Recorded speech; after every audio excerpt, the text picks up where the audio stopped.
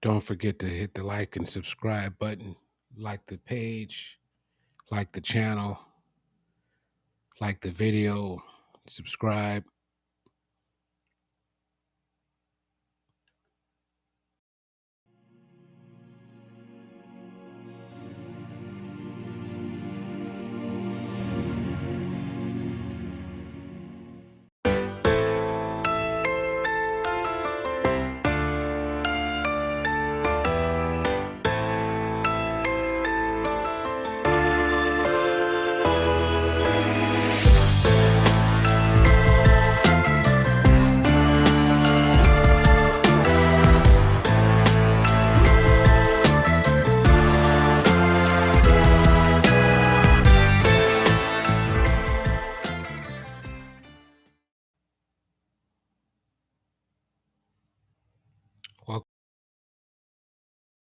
Welcome back to the channel. Host Juice 8888 back again with Boxing Hideout TV, home of the ass whooping.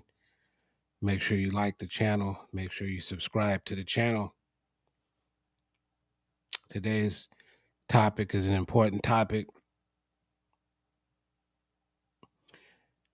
Today we're going to talk about Mike Tyson. Okay.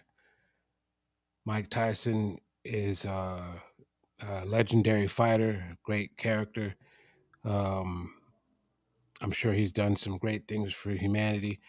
I don't have anything bad to say about his persona, the way he carries himself. He is what he is. Street cat that made it. Much props to the man. You know what I mean? For all that, that's true. Okay. However, we're gonna be honest. I gotta say this. We don't want to pass on lies and myths and things that aren't true to the younger generation when we could tell the truth and be honest. Okay, it's not to take away someone's accomplishments or anything of that nature, but it's just to be tell the story in the right context. I hear these cats talking to me about Don King did this to Mike Tyson and he was ruined after Customato died and Don King stole his money and did all this stuff like this. Man, please listen. What Don King did was work. That's real work. What he did was work. Mike Tyson is the greatest scam that Don King ever pulled off to the public. Don King's greatest scam was Mike Tyson. And it worked beautifully. I have the utmost respect for Don King. I think he's a pioneer, legend, uh, just terrific at what he does as far as promoting and getting the most maximum dollar value out of every event that he put on. And I got to give him credit for that. If a man has $200 million and he wasn't smart, the $200 million is going to go no matter what. So don't blame Don King. Don King knows how to handle his money. Okay. What I am talking about here is the lie that's going to be passed on to younger people about Mike Tyson's career as a boxer, not as a person, as a boxer. I am just strictly talking resume, not how mean he looks, how many knockouts he had, just resume. Nothing more. Just resume. We are going to go deep into this and we're going to look at this resume that makes this man the one of the greatest heavyweights of all time, according to I don't know. I don't know. All I know is this. Black people need to stop lying. And that's the truth.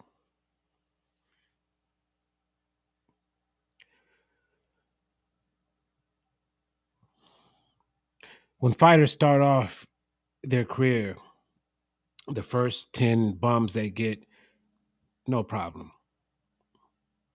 Okay. The first 10 bums, it's legit. You got to break them in, develop them as fighters. They got to get, what I mean, used to being professional. So those fights are understandable, but after a certain point, you have to start taking on better competition. The competition has to be legit. It cannot be hand picked. It can't be spoon fed. It has to be legit. Let's take a look at Mike Tyson's his resume. We're gonna first. We're just gonna first deal with the losses. Okay, we're gonna get the losses off the table right now. Here we go, right here. Here we got Buster Douglas putting him on his back. Vander Holyfield doing his thing. And you got Lennox Lewis putting him on his ass. Danny Williams made him have a seat. And finally, we got Kevin McBride whooping his ass the right way.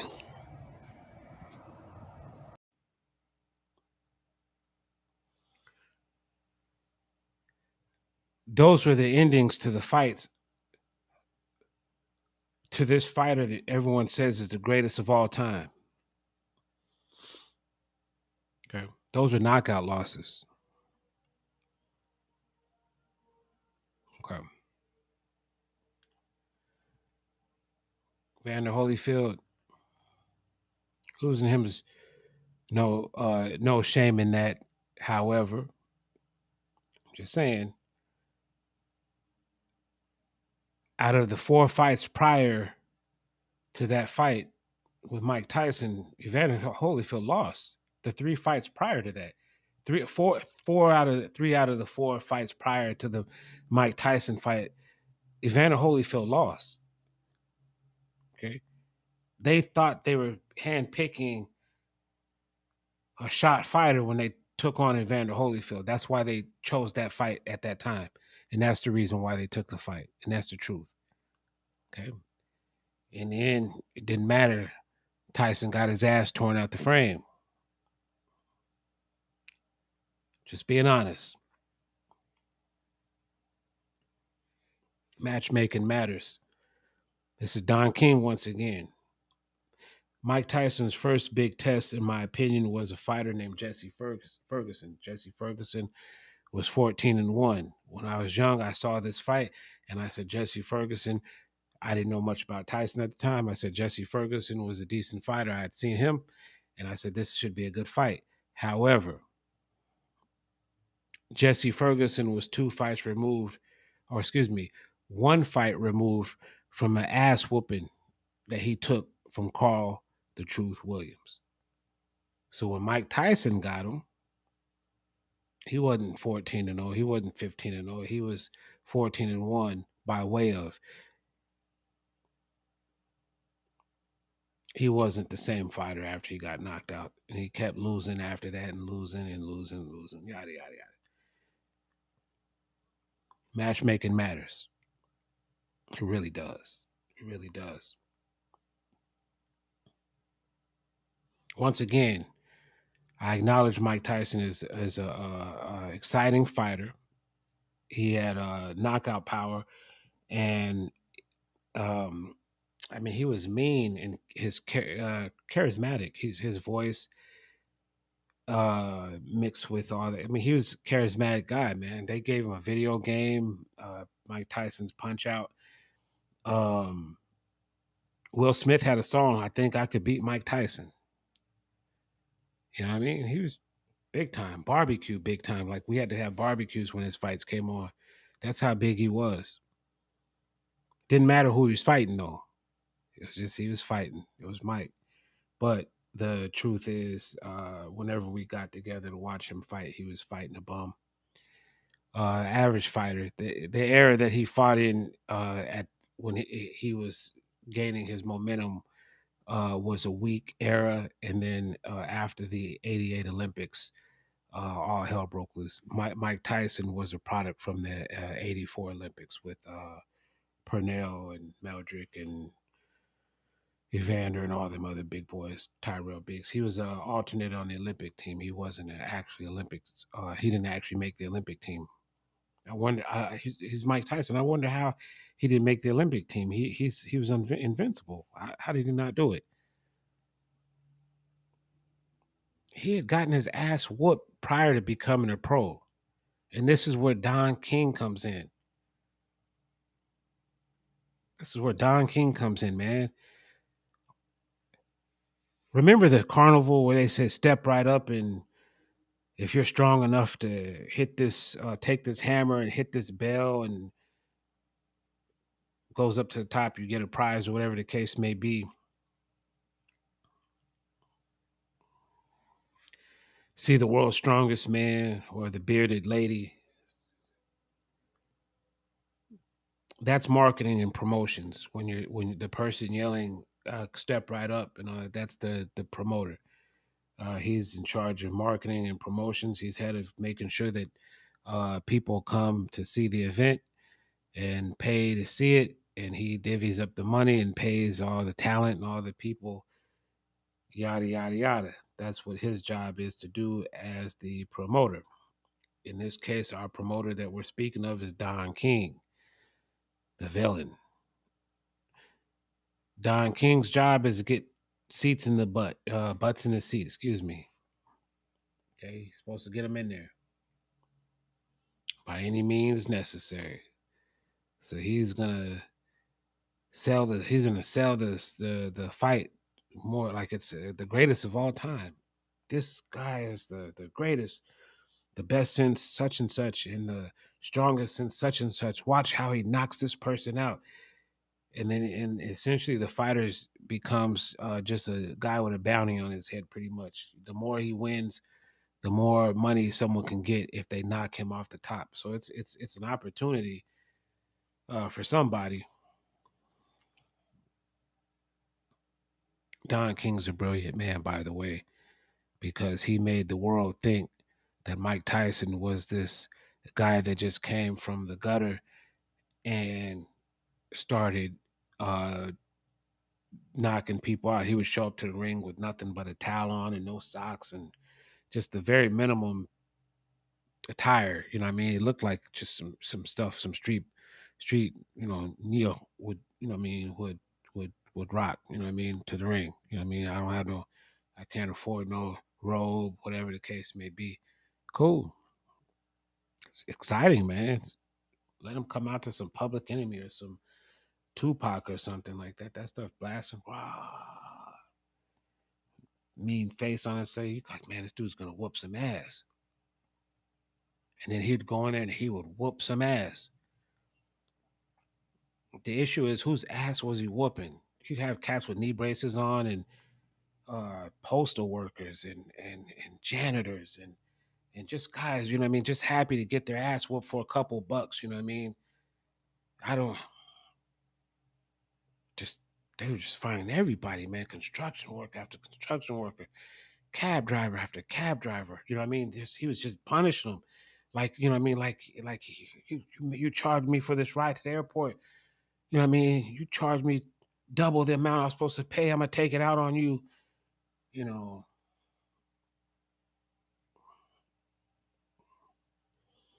one dude he got in the ring with, I can't remember the cat's name, but I swear on everything, I swear, like a week before that, I swear I like stepped over him in the alley and then turned back around and gave him some spare change and put it in his cup.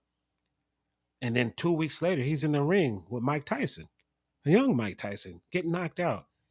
I said, man, they find these guys from anywhere, man. That guy's a certified bum. I mean, certified. I mean, they give you a certificate when you're a real bum. You get a some AA gear and all this other stuff, man.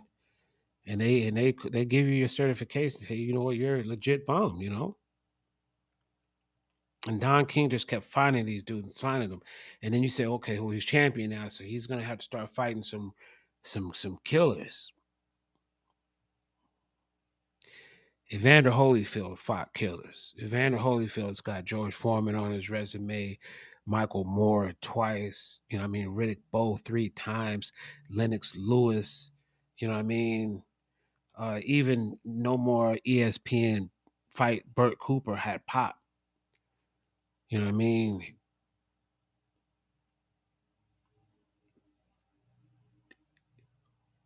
I get- no one ever talks about him. Just didn't have the charisma. But if you stack their resumes against each other, side by side, you're going to see a glaring difference. Okay. Mike Tyson fought bums like almost 30 fights into his career. Evander Holyfield was in as a started as a cruiserweight, and he was like 12 or 13 fights in his career. He was up against Dwight Muhammad Qawi. You know what I mean? That's a and that go look at those fights. Go look at his fights with Qawi, the first one, especially the first one. It was a split decision win. That's how good of a fight it was. It wasn't no knockout. And Evander at that time could hit. But that's how good it was. He was fighting high level fights at an early age in his career. Okay, so Mike Tyson's champion. So you think that he's going to start going against some killers? Why was he fighting Buster Douglas if he's champion?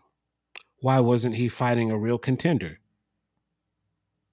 He was fighting someone that was such a bad underdog that only like 3 or 4 bookies in the whole world were taking fights on that. Why is the world champion fighting someone so bad that you can't even bet on the fight? Don King's a brilliant dude, man. Don King, man. That was supposed to be easy payday. They didn't even have their whole staff. They just another one of these bums. Another one of these bums. So they didn't even need to train for they didn't even need to train for that because they knew what time it is. Don King wasn't putting them in the ring with people that was actually trying to win. Okay.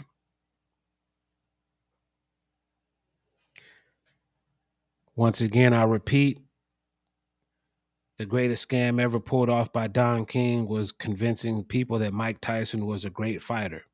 He never had to actually prove it by actually beating anyone. All he had to do was look mean and scary, and that was good enough. Mean and scary. I'm not lying. Go look it up. It's public record. His best win was Michael Spinks. Did he have a better win than that? I might be wrong. If I'm missing something, I'm missing something. But he never won any of his big matches. He lost those and other matches. Am I missing something? Did he win one of his big fights? Who was it? Trevor Burbick, Pinklin Thomas? Who was his big win? James Bone Crusher Smith, Razor Ruddock. These dudes weren't legendary fighters. Had power, and it made for exciting fights. But these were easily winnable fights for Mike Tyson at the time. These weren't top of the line assassins. Even though Razor Ruddock had some power, he did have power, but uh, these dudes came in the ring beat before the fight even started.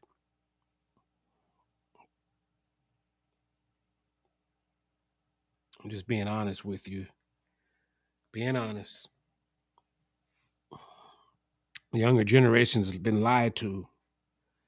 They were told myths and stories about how Mike Tyson was just knocking people out so fast that you couldn't even get time to get your drink and sit down and stuff like that. And all this other these lies, lies, lies, lies, lies. Black people need to stop lying.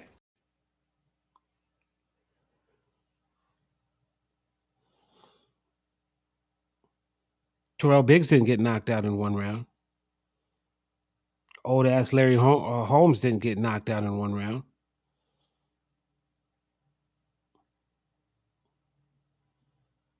There's more.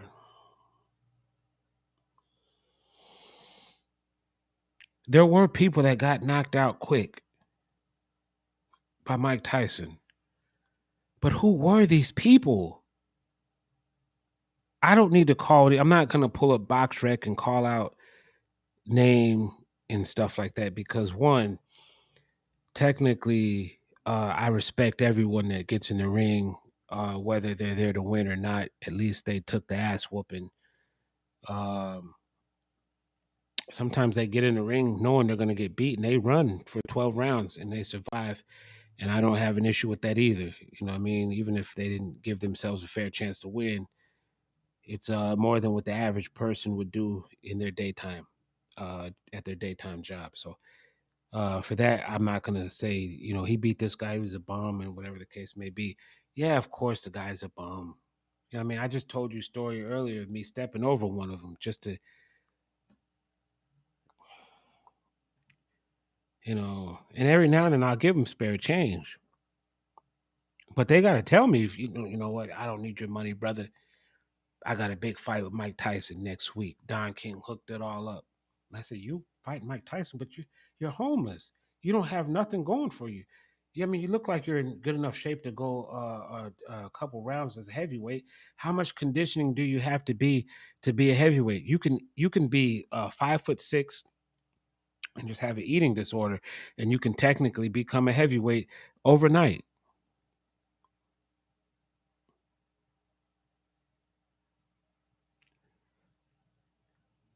I don't have an issue with Don King paying off homeless people to take ass whoopings. I don't have an issue with that. If they are able to stand up, function, put on the gloves, and get beat up, more power to him. And I hope that he gives them enough money to where they don't have to sleep on the streets anymore, and they can get them an apartment, and they can go on with their lives and have a good, life ahead of them. You know what I mean? There's nothing wrong with that. But once again, we're just talking resume. Okay. At some point or another, after you win the title, you stop fighting bums. No. Floyd Mayweather got out of jail. His very first fight was against Robert the Ghost Guerrero. People who don't like Floyd Mayweather will say that he picked a bum and Robert Guerrero was a joke and yada, yada, yada. Robert Guerrero was a two-time world champion. He was not coming off losses, he was coming off wins, big wins. But if you don't know who he is, you'll say, oh, Floyd's cherry picking. When he gets out of jail, he should fight uh whoever's the top dog. Very first fight out of jail, he should fight whoever's the best fighter available. Robert Guerrero was, I believe, interim champion at the time, and uh number one contender. If I'm not mistaken, he was either number one contender or he was the regular champion or whatever. It was something to that nature. It wasn't just some hand-picked bum. Robert Guerrero was a legit multiple time world champion, whether you don't like him or not. That is a fact. World champion. Not everyone becomes world champion. He did it twice up to that point.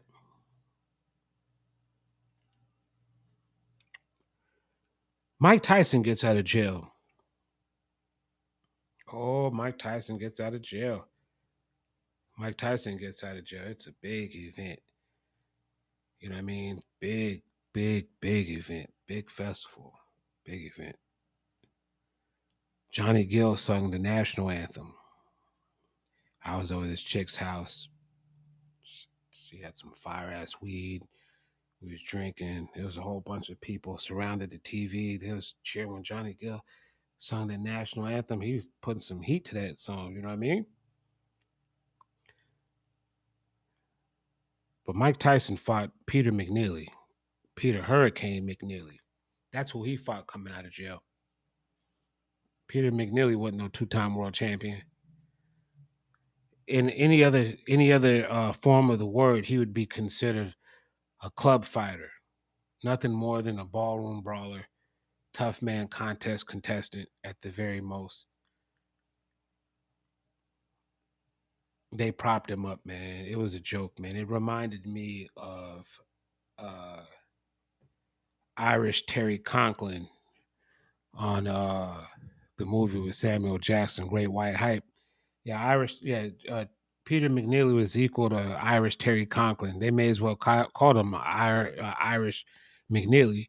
Shit, it sounds that sounds kind of legit, like a real like yeah, Irish Kevin the Hurricane McNeely. Just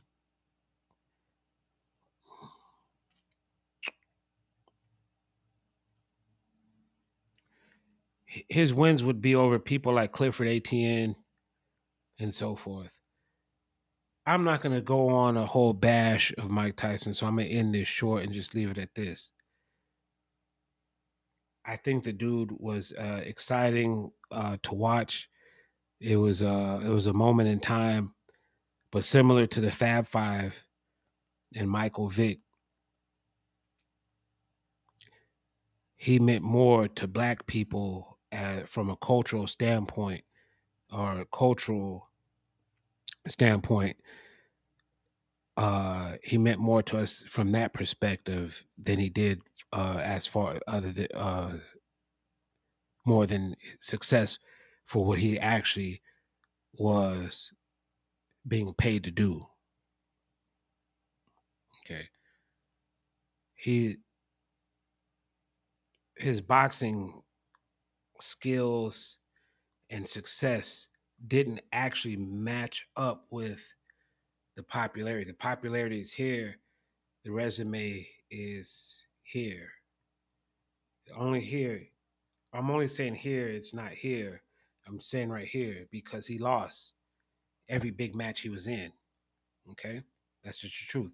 Other than Michael Spinks, Michael Spinks was a career light heavyweight. He was a 175-pound fighter. Okay, he moved up and he got his title from beating Larry Holmes. Larry Holmes was old, and Michael Spinks ran around the ring, having that fat man chase him around the ring. He had the ability to do that because he was a light heavyweight. He wasn't a real heavyweight, so he still had way more mobility than these heavyweights. Mike Tyson's a small heavyweight by nature, 210 pounds, 215 pounds, 210, 215. Larry Holmes, Larry Holmes was big. He couldn't catch Michael Spinks. That's Michael Spinks did the run stuff. He didn't do the I'm gonna test my will and go head up with this dude. That's not how that fight went. So Mike Tyson was getting a heavyweight champion, but it wasn't a heavyweight champion that had some substance to him that could take absorb punishment and give it back. He's fighting a light heavyweight that moved up. And he didn't move up because he gained all this fat on him, stuff like that. Michael Spinks legitimately moved up to heavyweight in a natural way where he was still slim, you know what I mean? Just bulkier, just a little bulkier, but he was still slim, but still had his mobility. He wasn't a legit heavyweight. Tyson Fury's a legit heavyweight. These dudes are big. Dylan White, these are big. Tommy Morris and Ray, these are big heavyweights that had power. Michael Spinks had no power. He was a boxer, Olympic style puncher. This was Mike Tyson's best win early in his career. Go look at his resume after that. If I'm wrong, I'm wrong, and I'm sorry. I'm not dissing him. His skill set was beautiful to watch. His punches magnificent. He was a freak of nature. I hate to use that term. A magnificent specimen to watch throw punches in the ring. It was a thing of beauty. I agree. The issue I have is that it was a thing of beauty on bums. He was punishing these cab drivers, punishing them, putting that foot to their ass. But when he fought the real ones, they whooped his ass the right way. And now, my final point before I wrap this up: when Muhammad Ali ended his career, he ended his career losing to Larry Holmes and Leon Spinks. Okay, Larry Holmes went on to be one of the greatest heavyweights of all time. Almost 50 wins before he first lost his fight to Michael Spinks, and he was shot at the time. All right, no shame in losing to Larry Holmes, but he lost to Michael Spinks, who had probably like 6 fights or something. Leon Spinks, who had like 6 fights. Leon Spinks was an Olympic gold medalist. He wasn't some tomato can that they just found off the street. He wasn't a dude that didn't have any experience with his gloves. You know what I mean?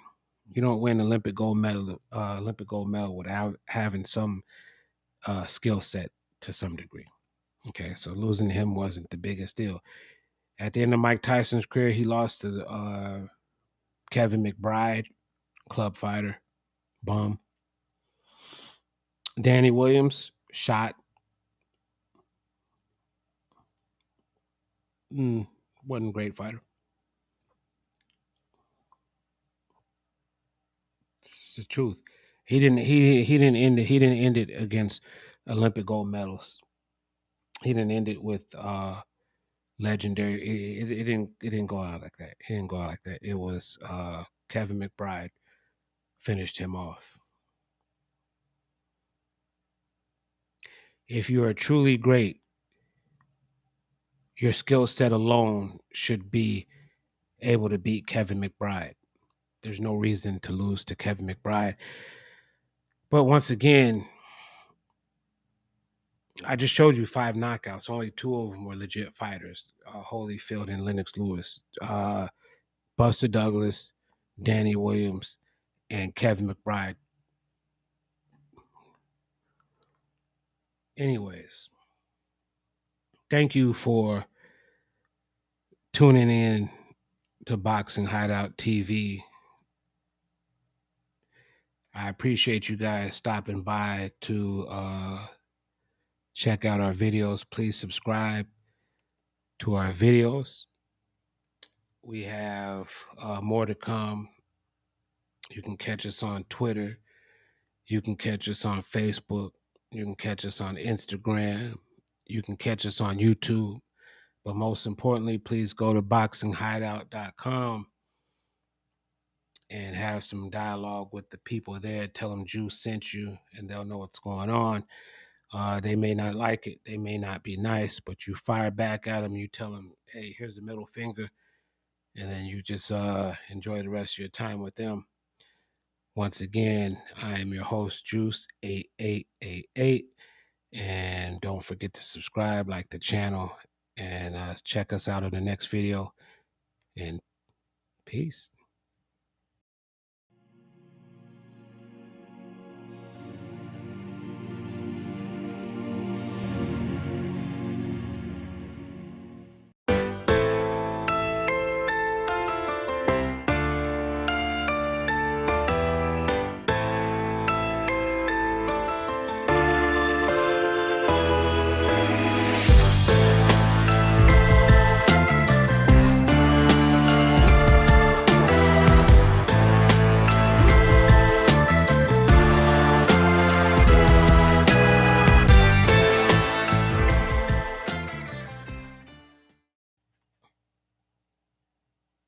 There it is right there. Don't forget to like the video and subscribe to the channel. Go to boxinghideout.com. I'm just making sure my audio is good on this one. It looks good. Make sure you go to boxinghideout.com and we will see you on the next video. Peace.